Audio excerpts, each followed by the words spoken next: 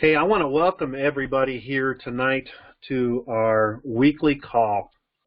This is part two of our story formula that I talked a little bit about a couple weeks ago. So if you remember what we talked about a couple weeks ago, we had talked about developing your story as far as the way you see it today, how you view the world, and there was three questions that we wanted to ask. The three questions were this. Number one is, where have you been? Number two is, where are you now? And number three is, where have you been?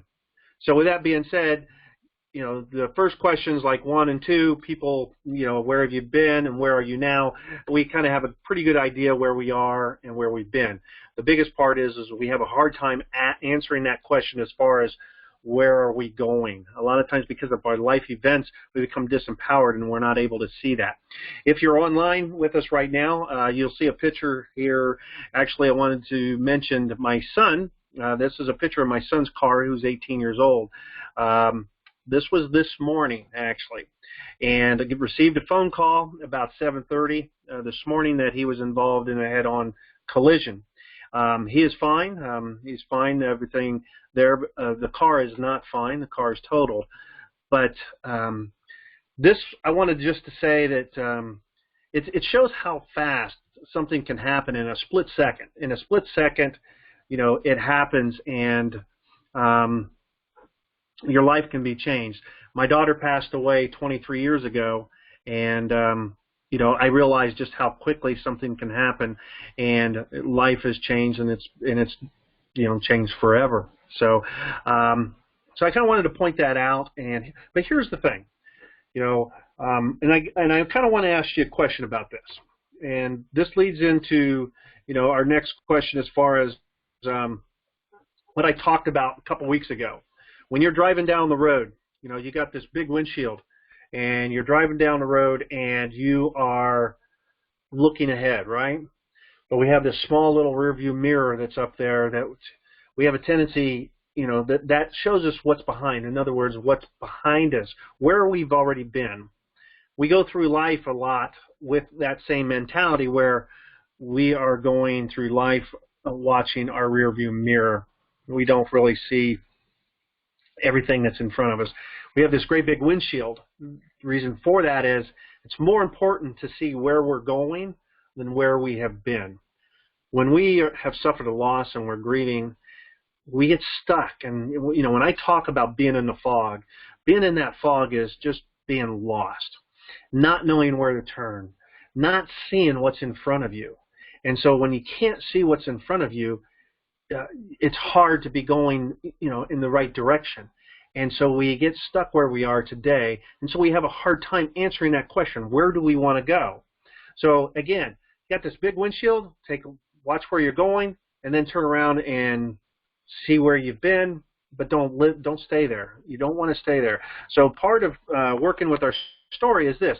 You're blinded by the light that's in front of you. You see this. Like my son, he had this accident this morning. He was going south. It was 7:30 in the morning. The sun was just on the horizon. He comes to a stop sign. He looks both ways, left, right, and he proceeds out into the intersection, and whammo, the truck, a van carrying oxygen bottles, hits him head on, and, and he was doing over 50, 55 mile an hour, hits him head on.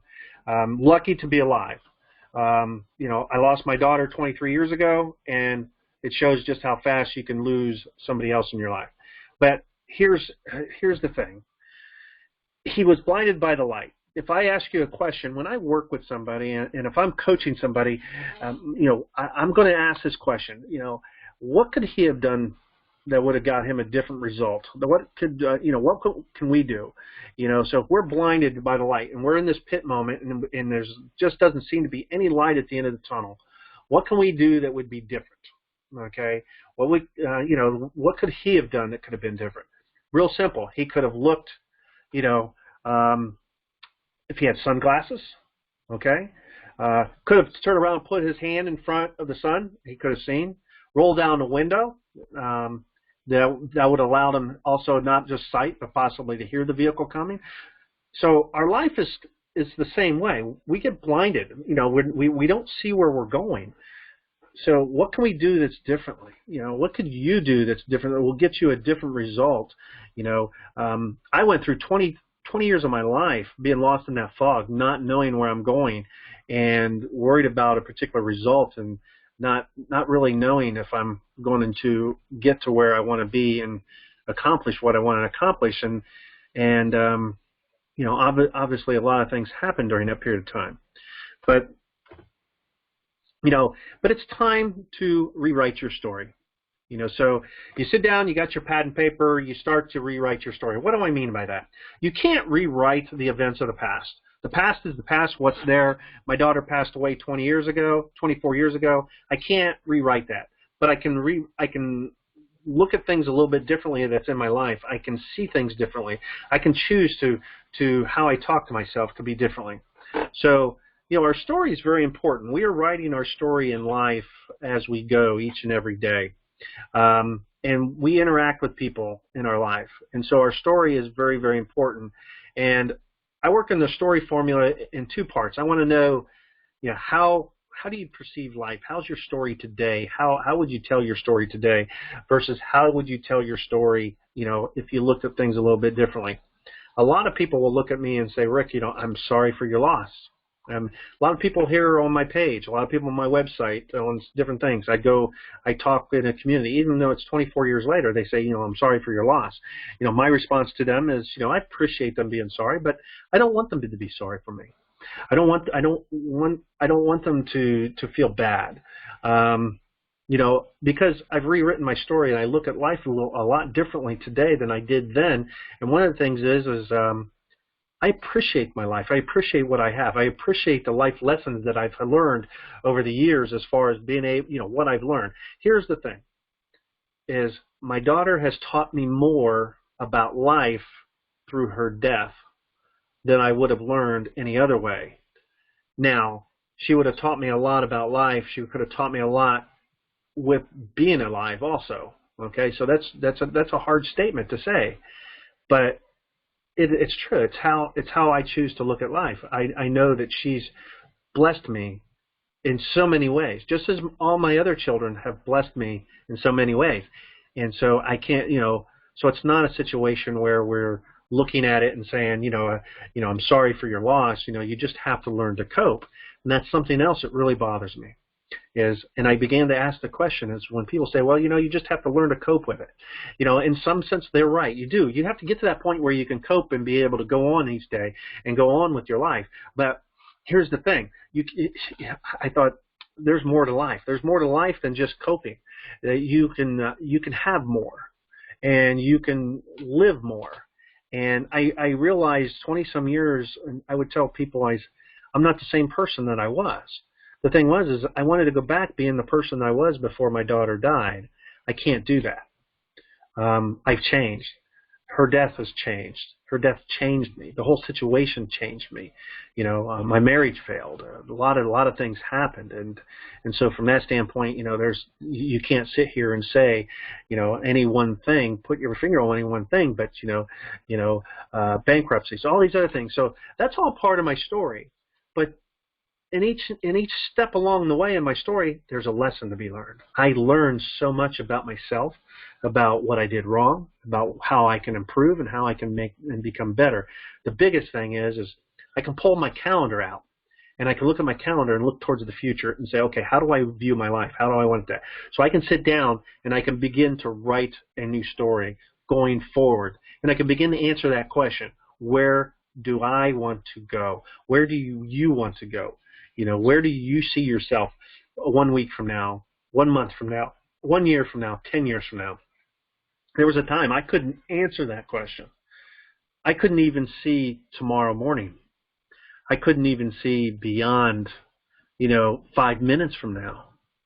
In most cases, I didn't want to. So it's like this. Your story that you tell yourself and others is about your destination.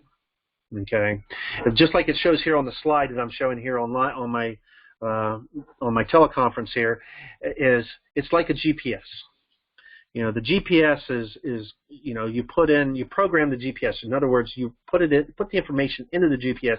It's going to show you how to arrive at the destination.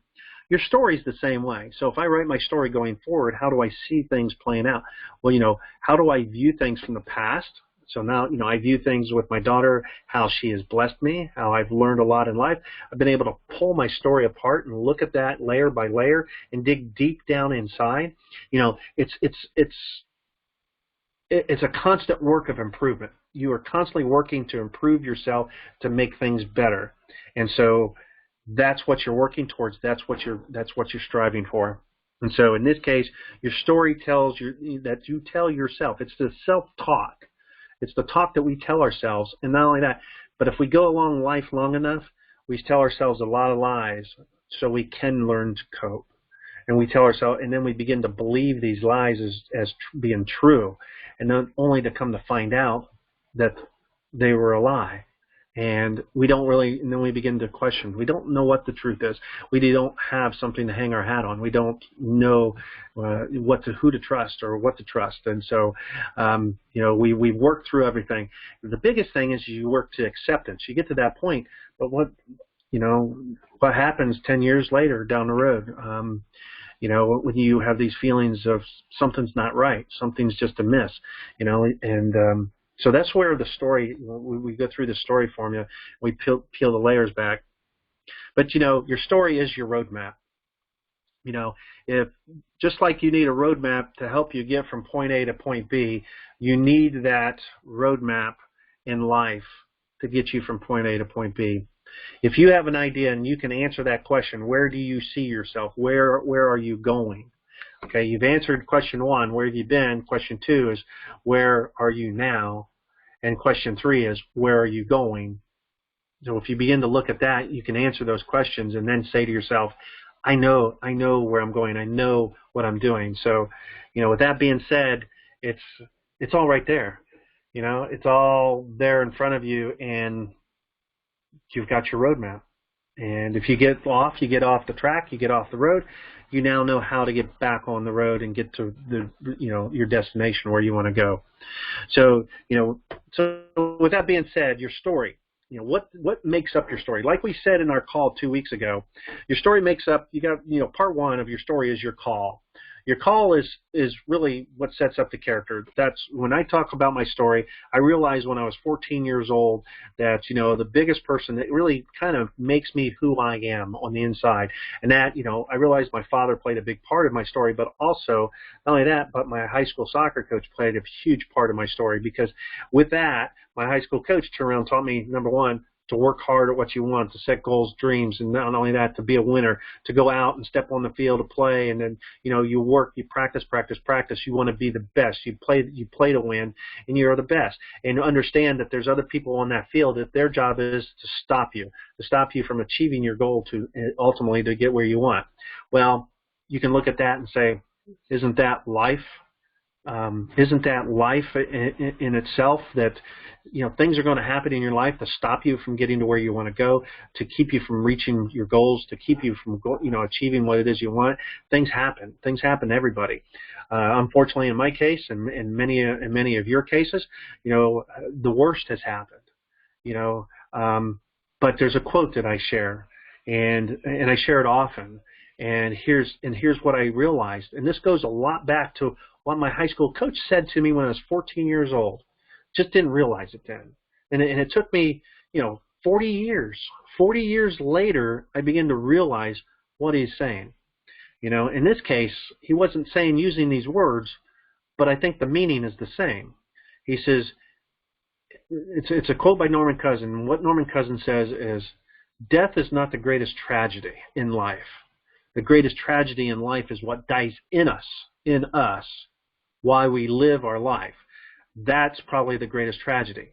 And so what I learned when I was 14 years old was he was going to show me and teach me something very basic that if I was to be able to teach somebody else and spread that on, there's part of his memory that's going to live on. Just like in my daughter's case, when she passed away, she taught me a lot of life lessons. There's part of her that lives through me that now lives on, even 24 years later, that she can turn around and teach me something in life at this point in time that I can be impactful, but at the same time, I can make a difference, and I can get her message and my message out to somebody to make an impact in somebody else's life, so we can begin to empower millions of people to make wise choices. But at the same time, it will also educate people about water safety, about the things that are important to me, because one of the things that I teach is how I learned to meditate and have a conversation with my daughter. And one of the things my daughter had told me, and what I learned, one of the lessons I learned, is she's telling me, she says, "Dad, nobody will listen to you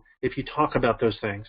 The only people that will listen to you are the people that have already lost somebody by drowning, that already have experienced what you've experienced." And so from that standpoint, they probably don't really care a whole lot about that. So with that being said, that really amazed me, and I remember it like it was yesterday, that I'm having this experience and feel like I'm having this conversation. But your story is made up of your call, and then the second part of your story is your pit. It's your pit moment. That's the moment that I don't really have to explain it. Pit, being down in the hole, stuck in the muck, being as low as you can possibly get in life, and you've hit that pit. And in this case, that's when my daughter passed. Can you have multiple pits? Yes, you can. Now, here's the thing. When we talk about rewriting your story, I can't rewrite my daughter back into my life, but I can rewrite in the way I view my story. Just like I said, my daughter has blessed me in so many ways that, so much more. I've learned so much more about life and my life lessons than what I ever would have learned otherwise. But at the same time, if I had a choice, I would much rather have her here. But the pit moment, and then you begin to come out of the pit and you start searching. You're searching for something. You're looking for those answers. You're looking for the answers, maybe the meaning of life, and you start looking for these things that you don't. In many cases, they're smack dab in front of your face, and you don't even realize it. And then you begin to have these breakthroughs. My breakthrough started when my father had cancer. And he shared with me some things all the way back when I was in high school, and I graduated high school. He shared with me what life was going to be like, and how life was going to be an education, and I was going to have life lessons. I was going to continue learning and going through life and everything. So, and that was never going to change, and how that was going to be an impact on me, even at that age.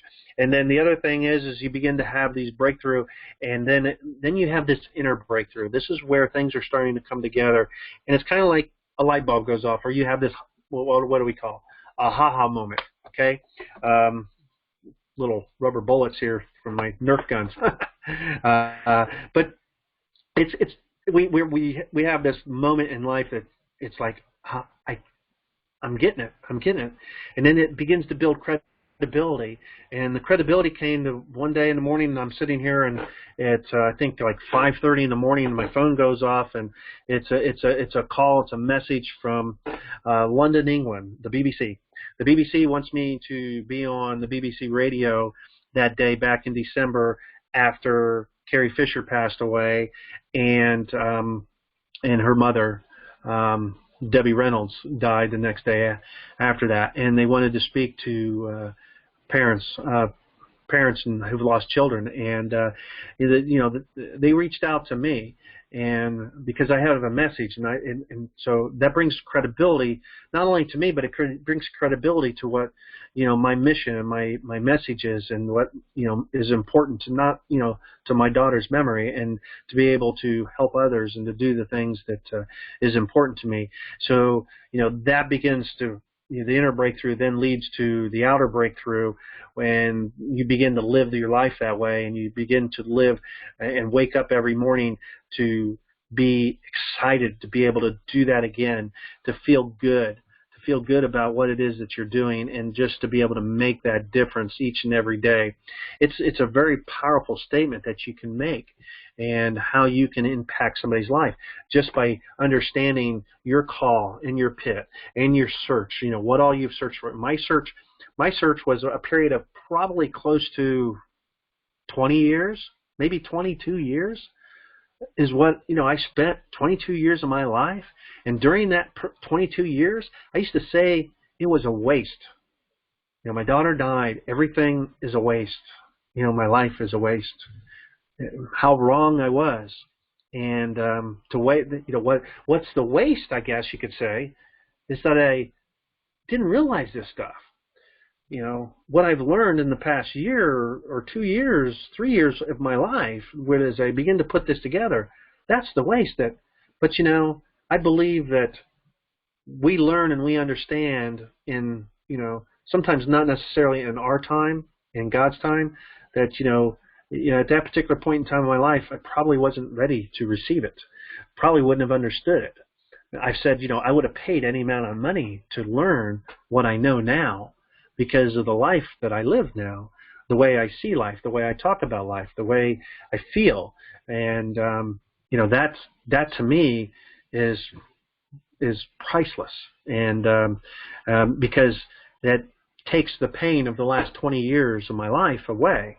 And so I ask you this question, where are you going? Where are you going in life, and how are you going to get there? If I ask you the question is if you continue doing what you're doing today, how will tomorrow be? How do you see tomorrow? I mean, can you even see beyond tomorrow? And so how's that going to be? So where are you going? And when you get there, what do you want it to be like? What do you see? And how do you want to see it? Who's there with you? Are the relationships that you have with you today, are those the relationships that will be there with you then, where you're going? I know in my case, a lot of the relationships are gone. My first marriage is gone, and other relationships with friends are gone. Some are my choice, some are not my choice. Some I don't have any idea why they're not there. So if I ask you that question, how would you respond to that? And so, so when you look at your story, that's why your story is so important, because that's what you communicate. And people don't, I'll tell you right now, people don't get me. They don't understand me. 24 years later, after my daughter, I'll be 24 years here this year, my daughter passed away. I get comments like, let it go. Let it go. Stop talking about it. It's unhealthy. Quit doing it. You're only hurting yourself. And, they have no idea. They have no idea how many people are hurting 10, 20, 30 years. And matter of fact, people probably say that. They're the ones that are probably hurting more than anybody else. So from that standpoint, they need what I've got probably more than I need it. So with that being said, let's move on. I could probably spend hours on some of this stuff, but so let me ask you this question: what's new? Okay, so if you were looking at your life right now, how would you answer that question? What's new in your life? Okay, and whatever is new in your life, how does that make you feel? I mean, do you feel good about it? Are you able to feel good about it? Or do you even want anything that's new in your life? And that's part of how you may view your story, is when you begin to look towards the future, is how would you want to see that new things? I mean, what do you want new to come into your life? Do you want new relationships in your life? Do you want to take your old relationships and renew your old relationships? There are so many. I mean, my marriage didn't survive the death of my daughter. So, I know the numbers are really against it for most cases. So from that standpoint, how's your relationship? Okay. Do you want to save the relationship? Do you want the other relationships in your life? Do you want to keep them? So, these are important questions to know going forward, because, if it's just like my son, when I talk about my son's accident, just how in a split second, if you're not focused on where you're going, you will have an accident. End of story. You can't debate that. He was blinded by the sun, couldn't see the oncoming vehicle, hit him head on. I mean, fortunately enough, he's fine. But, just I get a phone call, like I said, 7:30 this morning, you know. But how life can change in a split second in somebody's life. I don't want to go to another one of my children's funerals. I don't want to experience that. But I can't lock them up in a padded room. I can't keep them from doing what it is that they need to do, on a day-to-day basis. So what I suggest is you find new life in your new story, and let that begin to take root, to begin to mend your broken heart. Okay? You can mend a broken heart. And how can you mend a broken heart? Well, I feel, have a big heart. Take what's left and give. You can find that what interests you. You can find what excites you within your story. You can find the passion in who you once were by taking a hard look at going back when you were younger, when you believed everything was possible and you knew everything you could achieve, everything you ever want to achieve, but your greatest gift has been taken away. So how do you find new life? Well, you have to dig deep inside, find new life, let that new life take root, repair, help that repair your broken heart, and then turn around and turn that to good, and then give a big heart and give. Give. I was talking with somebody here not too long ago, and kind of sharing some of this information.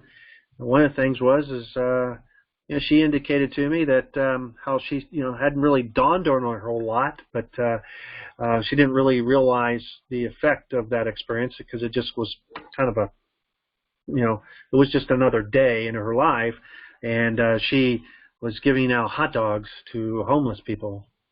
And she realized that after is helping her understand a little bit about the importance of giving, and how how it can make us feel good about our own life, and understand that the blessings that we have within our own life, that that it brought a smile to her face. So when you're talking with somebody on the phone, if you ever talk with somebody on the phone, you don't have to see them. You don't have to see anything about them, but you can sense that they feel good. They're smiling. I mean, has it ever happened to you that you can actually feel that they're smiling about something that they feel, and that you've touched them.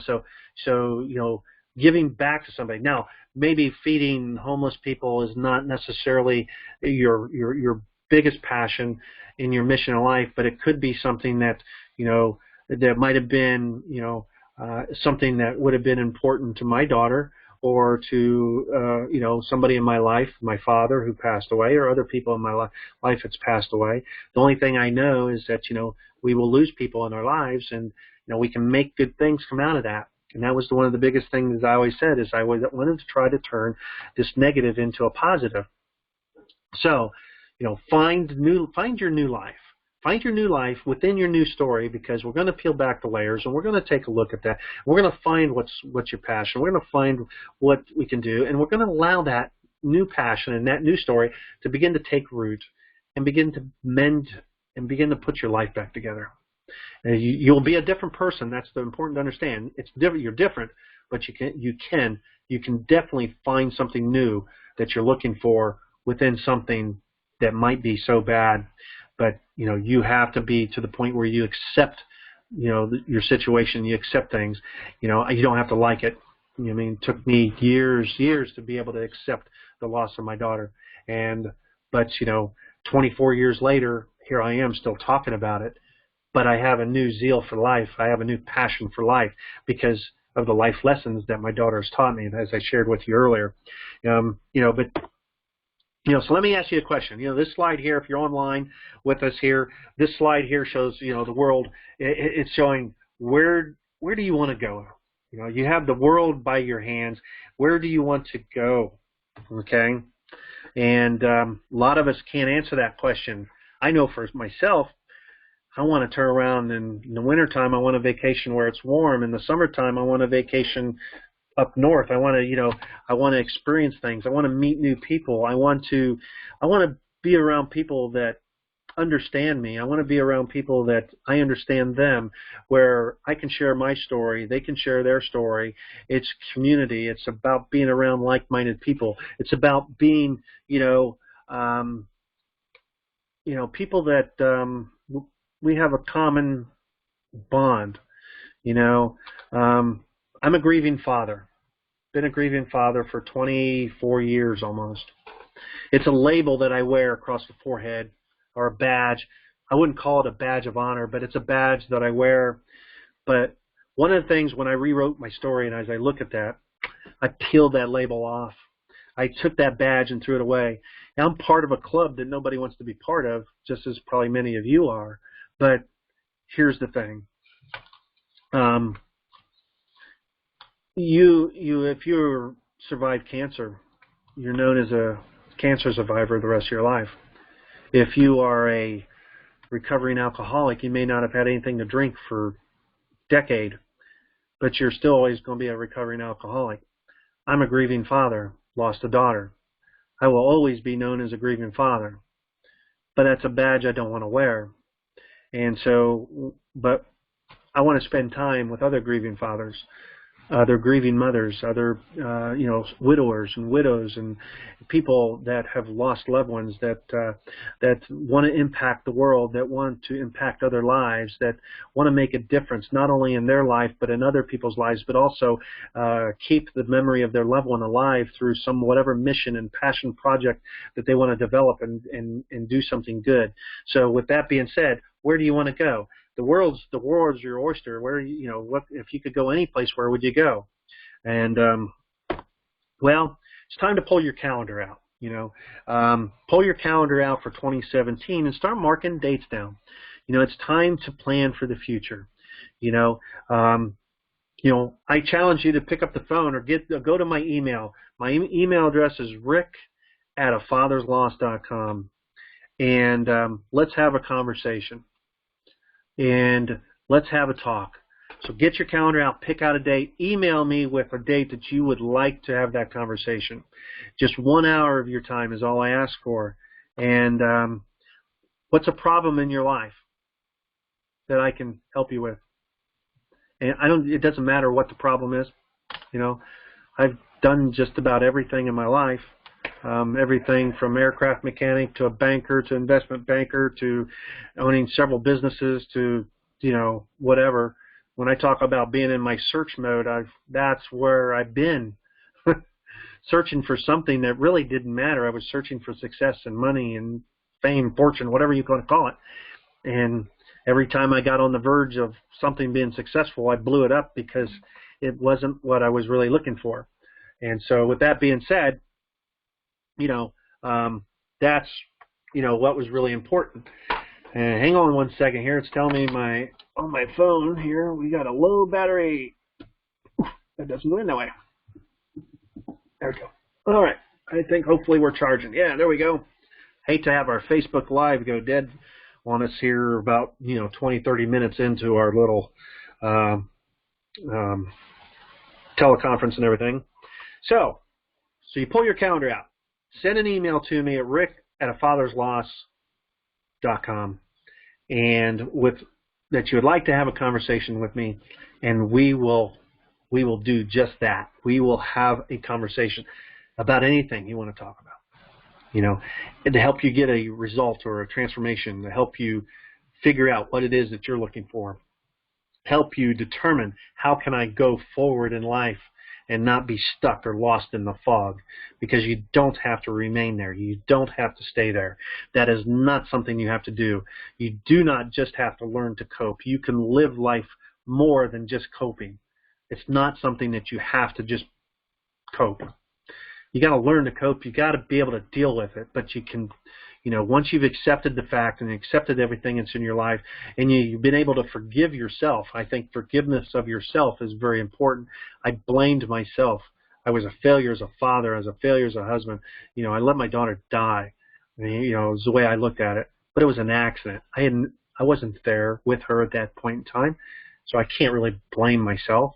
But if you're a father, you know where I'm coming from. If you're a parent, you know where I'm coming from. If you're a husband, you know where I'm coming from. If you're a mother, you know where I'm coming from. If you love somebody, you know where I'm coming from. It hurts. I get it. Pull your calendar out. You know, all I want to do is help you get to where you want to go. So that being said, send that email. Let's have a talk. Okay? What's it hurt? If you don't have that talk, you will have tomorrow, you'll have the same thing you had today. What do you have to lose, right? And so what we got here is, that's gone there. I've had a call coming in of all things. Anyways, on the slide, hey, God, I got someplace for you to go. So on your calendar, I want you to put down the end of September. Let me go back to the other slide. Let's see, is it on there? Yeah, September 29th, 30th, and October 1st. That is the date we have set. Put that on your calendar. You want to go someplace? Destin, Florida. Destin, Florida, everybody. We are looking at having a retreat. If you've lost somebody, if you want to meet somebody, we can get together in Destin, Florida, and begin to get to know one another.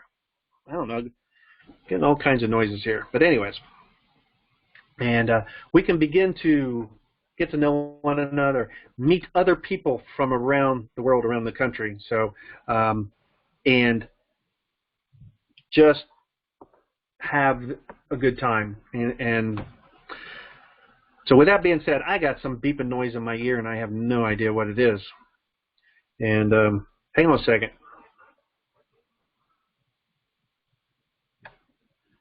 What is...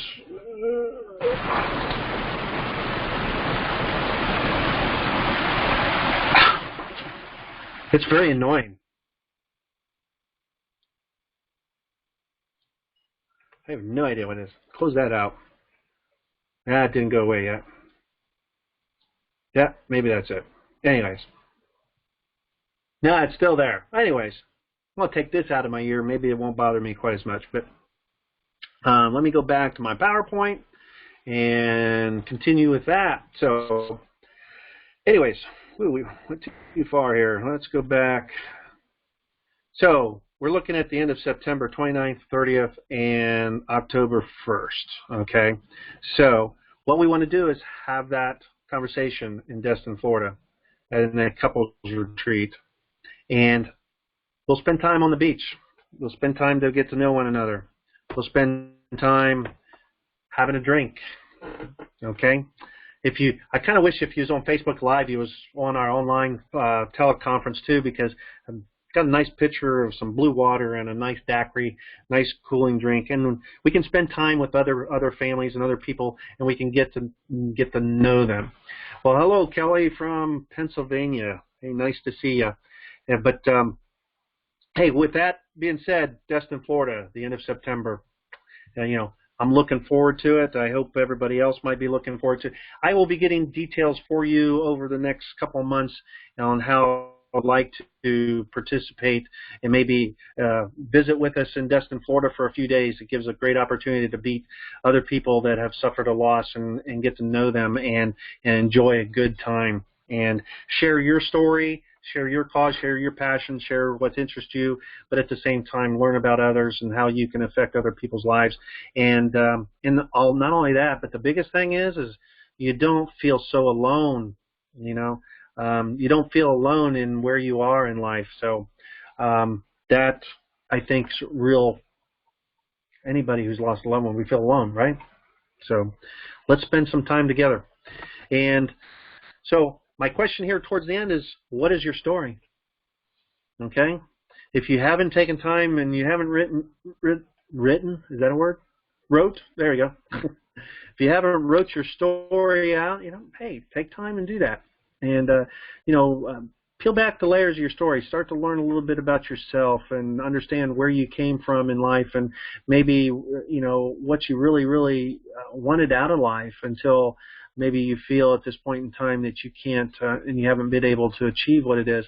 I was lost in that fog for over 20 years, and it's not a fun place to be, just to be running around and not knowing where you're going, and not able to see. And like I shared in the beginning, my son was involved in a car accident this morning, blinded by the sunlight. He could have done a lot of things differently. But if we're not focused on where we're going, we will have accidents. We will have things come across our path that we do not see, that will knock us off our path, that will knock us, So part of knowing where you're going in life and being able to write that down and know exactly, make that part of your life story and set those dates in your calendars and plan for things and have something to look forward to, it will keep you going into tomorrow and the next day and the next day, because what I do each and every day when I coach and when I help people is one of the things that I just love. I cannot wait to get up tomorrow morning to do this again and to affect somebody's life. I said earlier, email me at rick@afatherslost.com. Pick a date and time on your calendar. Let's have a talk. How can I help you maybe begin to write your story? How can I help you out with a particular problem that you might be having? Like I said, you have nothing to lose by asking me how I can help. So, hey, if this is our first time doing a live cast here on a teleconference and a little with a PowerPoint online, and also a Facebook Live here. Also, for those of you that are on Facebook, you get to see my face and my talking head, which I don't like watching myself talk, but if I can get this figured out and be able to get the PowerPoint up on the Facebook Live at the same time, I think that would be an awesome thing to be able to do. I'm not sure if we've got great connection here. I live way out in the boonies in the country, on a farm. My Wi-Fi, I don't have, it's satellite and DSL, and it's not always the fastest, but it is what I got. So, hey, shoot me any questions. If you have any questions, email any questions to rick@afatherslost.com. I'll make sure that I get back to you. Or if you're on here, you feel free to go ahead and ask any questions if you have some, and I'll be more than happy to answer those. And I still would really love to know what all this beeping noise is in my ear, because I have no idea. I don't know if it's somebody trying to get through to me online or what. It seems to have stopped. But I do not see any questions here from our participants online, and I don't see anything here. So I want to thank each and every one of you for attending and viewing here on Facebook with me here tonight, and also on our teleconference. For all of those of you that are there on our teleconference, I appreciate you taking time out of your night. I know this is our 7th week here in a row. We will continue this ongoing every Wednesday night at 8 p.m. And so I look forward to next Wednesday. Right now, my topic for next Wednesday, we're going to spend some time how I learned to meditate, and get my mind and get into that state of mind and that emotional feeling, and how I learned to have that conversation with my daughter. Where I come from and how I did it. I'll just give you a little segment about that. I'll let you know that I went to a place that I look at my life that made me happy.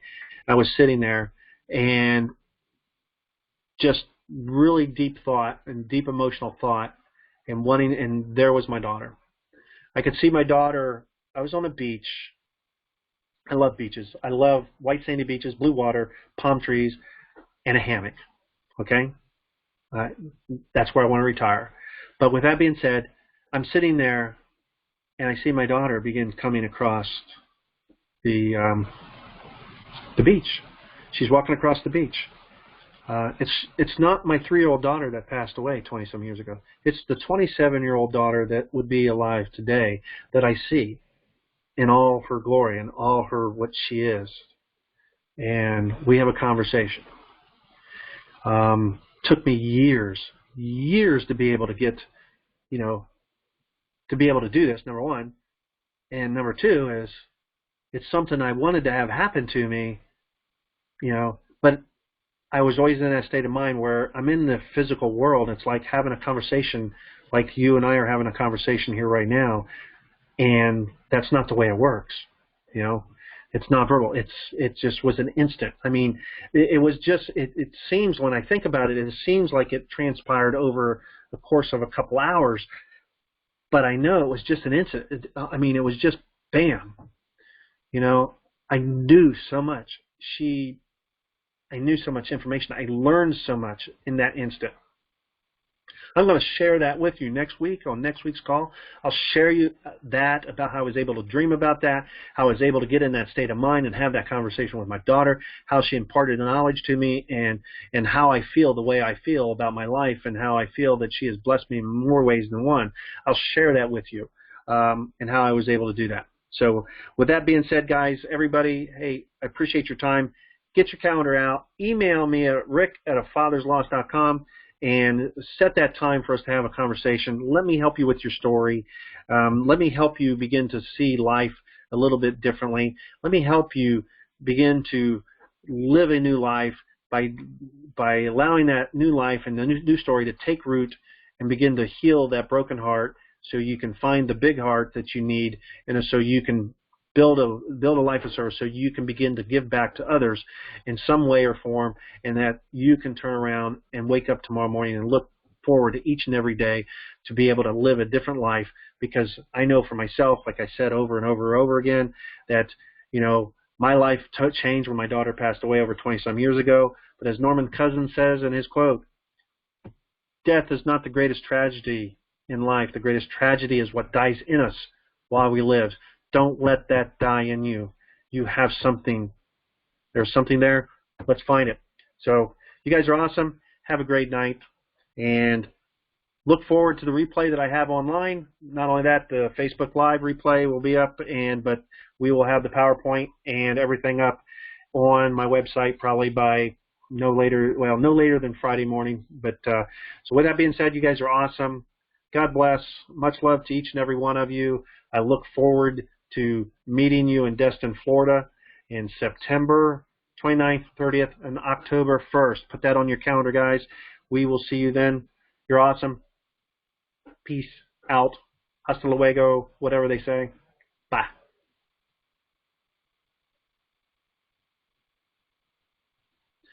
Okay, guys, we are done.